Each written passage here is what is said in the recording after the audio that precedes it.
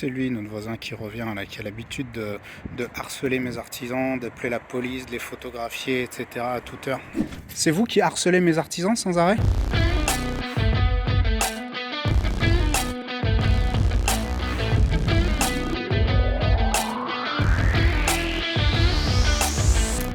Et salut à tous, ici Yannick le marchand de bière, j'espère que tout roule pour vous et que vous avez la forme. Je suis ravi de vous retrouver pour cette nouvelle vidéo dans laquelle je vais vous faire une petite présentation du suivi du chantier. Donc ça a un petit peu avancé, je suis venu, alors pour tout vous dire c'est le week-end, je suis venu voilà, un dimanche après-midi parce que en ce moment il y a beaucoup d'ouvriers sur le chantier, parce qu'on est proche de du terme en fait du chantier et de la date limite de livraison et c'est loin d'être terminé. Du coup les équipes ont mis les bouchées doubles, donc ce que je vous propose c'est de me suivre pour une petite visite de suivi du chantier. On est parti.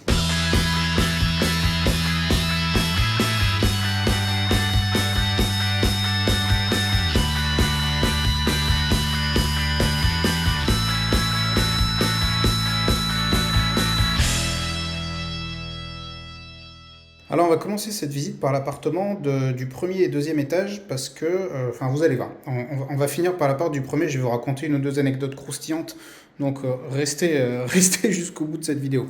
Donc ici sur la partie, donc pour vous resituer, on est sur la petite véranda du premier étage, on a déjà posé ce carrelage, un carrelage imitation bois antidérapant qui à la base était censé être sur la terrasse là-bas au fond, dehors. Et en fait, ce qui s'est passé, c'est que pour des histoires d'écoulement et autres, c'était compliqué de mettre ce carrelage. Et donc, eh bien, on a pris le parti de le mettre ici. Et on a mis tout simplement un autre carrelage là-bas sur la terrasse. Donc, on va rentrer. Pour rappel, on est au premier étage. Et ici, donc sur la gauche, on a l'espace WC. Okay. Ici, sur la droite, on a une séparation avec la verrière qui va donner derrière sur l'espace cuisine. Alors pourquoi ils ont posé la verrière maintenant? Enfin, il y a aussitôt dans le chantier, ça m'échappe parce que là maintenant elle a été toute dégueulassée. Ils vont bien s'amuser pour la ravoir. Là vous voyez qu'au sol on a déjà posé le carrelage. Ici sur la gauche c'est un espace pour un placard, hein. Donc on a le retour de cloison ici qui va servir pour un placard, et ici là c'est l'espace pour la cage d'escalier, enfin pour l'escalier pardon, qui est censé être livré en début de semaine.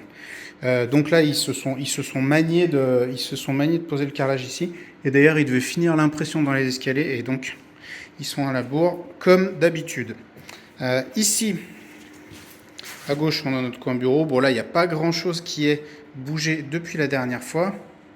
Là, par contre, je ne sais pas si vous remarquez la différence, mais les nouvelles fenêtres ont été posées. Donc, on a du blanc à l'intérieur et coloris bois à l'extérieur. Ensuite, là, on a donc notre partie qui va servir ici, là, ce sera le salon. Et ici, là, ce sera la partie cuisine avec la salle à manger, là où il y a la carrelette là, qui est posée actuellement. Et là aussi, comme vous pouvez le voir, là, les menuiseries ont été remplacées. À part la porte d'entrée, on est encore en attente. On espère qu'elle va être livrée en même temps que l'escalier. Alors ici, à l'étage, on peut voir qu'ils ont bien avancé. Ils ont fini donc l'impression sur les murs. Ici, vous pouvez voir que la nouvelle fenêtre a été posée. Alors, il fait très gris aujourd'hui. C'est pas lumineux du tout. Donc, je vous prie d'excuser le manque de luminosité de la vidéo. Ici, je vais vous montrer un truc, les poutres. Ici, on l'a fait poncer pour voir un petit peu ce que ça pouvait donner. En fait, comme vous pouvez voir, ça laisse quand même des traces noires quand même pas terribles. Donc, au final, on a pris le parti de les peindre. Donc, on va tout simplement les peindre. Ici, donc la salle de bain avec les WC. À gauche, on a le coin douche. Donc ça va être une douche italienne. On commence à poser les carreaux. Ici, on a une petite niche là à gauche. Donc ça va être sympa. On a nos WC qui sont déjà posés et carrelés. Le sol a déjà été carrelé également. Et vous pouvez voir que là, la petite remise là, où il y a le chauffe-eau, elle a également été carrelée. Donc ici, comme vous pouvez le voir, c'est pas mal. Il y a l'emplacement pour le lit avec la petite niche, ici les placards, et ça va faire quand même un espace plutôt sympa. Et maintenant, on va aller voir un petit peu au rez-de-chaussée et je vais vous raconter ce qui se passe ici. Alors ici, comme on peut le voir, il y a un travail de maçonnerie qui a déjà commencé à être fait. C'est-à-dire que la porte qui est avant, une espèce de porte de garage, a déjà été partiellement murée et il va y avoir une porte d'entrée qui sera mise à la place. Et ici, au niveau du haut, on avait prévu une rehausse de rangées de parpaings. Et en fait, ils se sont plantés, ils en ont fait deux. Donc ils vont devoir défaire. Donc ça, c'est pas de bol pour eux. Mais tant pis, en tout cas c'était prévu comme ça. Et de l'autre côté, il y a également une ouverture qui a été faite. Ah, en fait, elle n'a pas été faite, elle a été un petit peu modifiée parce que là, c'est celle-ci pour pouvoir recevoir justement la nouvelle fenêtre. Et je vais aller vous montrer à l'intérieur. Alors à l'intérieur, pas grand chose qui a bougé parce qu'en fait ici on est censé taper 2 ouvertures pour y poser des fenêtres. Les fenêtres sont déjà arrivées, elles sont là-bas, je vais vous les montrer. Voilà, les fenêtres sont là et elles attendent sagement qu'on vienne les poser. Seulement en fait il y a un petit souci ici avec la copro et avec des voisins et je vais vous expliquer exactement de quoi il s'agit. Alors en fait c'est assez drôle parce que pendant que j'étais en train de tourner cette vidéo, il y a le voisin complètement, enfin, un des voisins complètement barjot qui est sorti pour promener son clébard, donc c'était amusant de le voir sortir. Pile à ce moment-là, peut-être qu'il a entendu qu'il y avait un petit peu de bruit dans l'appart et il est venu voir un petit peu ce qui se passait. Moi, je suis assez gendarme, je vous prendrai de la légalité. Ouais. On travaille pas dans aux arbres, on travaille pas dans aux arbres, c'est jamais. Le monsieur est venu aux arbres faire à 5h30. C'est pas du tout le son de cloche que j'ai reçu de leur part. À l'instant, vous m'avez dit, ils sont en train de travailler maintenant, il n'y a personne. Il n'y a que moi. Vous racontez n'importe quoi.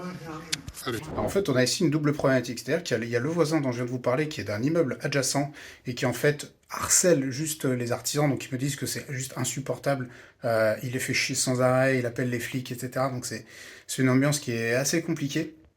Notamment pour eux, pour bosser, parce qu'il est sans arrêt en train de les harceler. Et ici, en fait, dans la copro, il y a un petit litige. En fait, il y a une copro qui est complètement... qui dysfonctionne. Il y a juste 3 maisons dans la copro, et en fait, il y a un administrateur judiciaire qui gère un petit peu le bazar, parce que il y a un conflit qui remontait, je vous le raconterai un jour en détail quand ce sera terminé, mais qui remonte à mon vendeur et aux voisins, mais à un conflit de 20 ans, quoi. Et surtout pour des... Enfin bref, pour du pipi de chat. Et en fait, pour les travaux que je veux faire, normalement, il me faut l'accord de la copro. Alors, comme la copro était complètement dysfonctionnelle, j'ai vu avec mon notaire, il m'a dit, bon, on fait signer une de tes voisines, machin truc, comme ça vous aurez la majorité. Je l'ai fait, mais en fait, après avoir pris conseil auprès d'un avocat, je me suis rendu compte que c'était peut-être pas suffisant pour être 100% dans les clous. Donc, on a contacté l'administrateur judiciaire, etc. Ça bouge pas, ça prend des plombes, des semaines pour qu'il se décide à faire un courrier.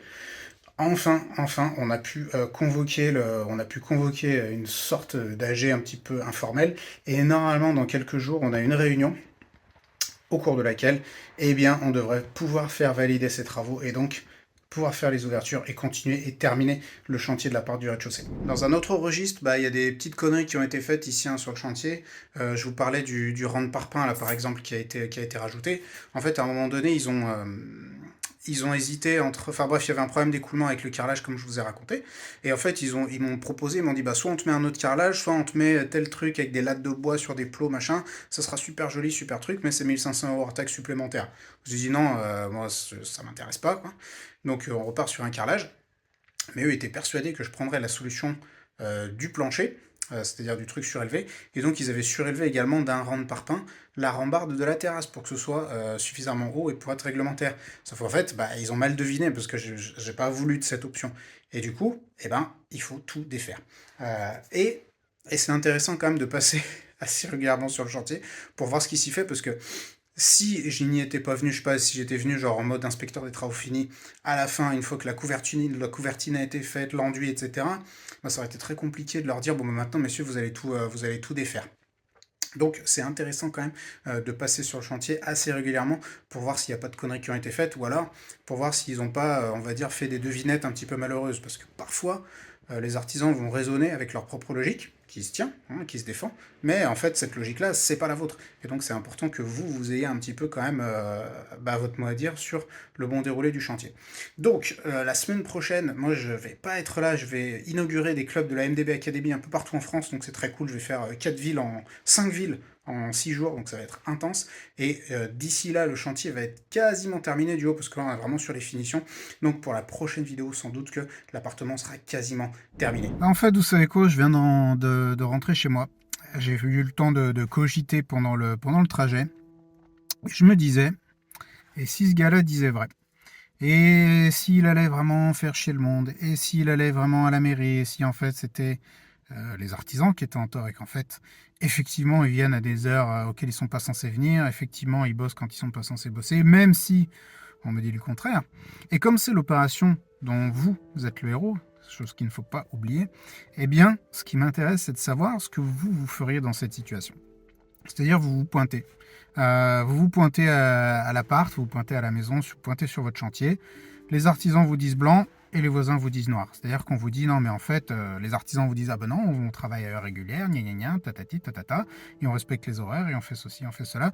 Et les voisins vous disent ah ben non, ils respectent rien, gna gna gna. Qu'est-ce que vous feriez? Justement parce que l'idée de cette série de vidéos, c'est que vous puissiez vous mettre dans la peau d'un entrepreneur de l'immobilier. Et clairement, je vais vous le dire, entreprendre dans l'immobilier, entreprendre en général, mais entreprendre dans l'immobilier, c'est être confronté régulièrement à ce genre de dilemme. Et devoir trancher et se dire, ok, maintenant, je ne sais pas exactement qui a raison, qui a tort, et qu'est-ce que je suis censé faire parce que on a quand même envie que ce soit vivable. Demain, si j'y mets des locataires, j'ai envie que ça se passe bien. Demain, si je vais l'occuper temporairement, j'ai envie que ça se passe bien. J'ai pas envie que ce soit toujours la guerre. Enfin, moi, c'est pas une chose que j'apprécie particulierement. Et donc, qu'est-ce que vous feriez si vous étiez dans cette situation? Je veux que vous le marquiez dans les commentaires. Voilà, n'importe quoi, tous vos avis sont valables. Donc n'hésitez pas à me dire ce que vous feriez si vous étiez à ma place.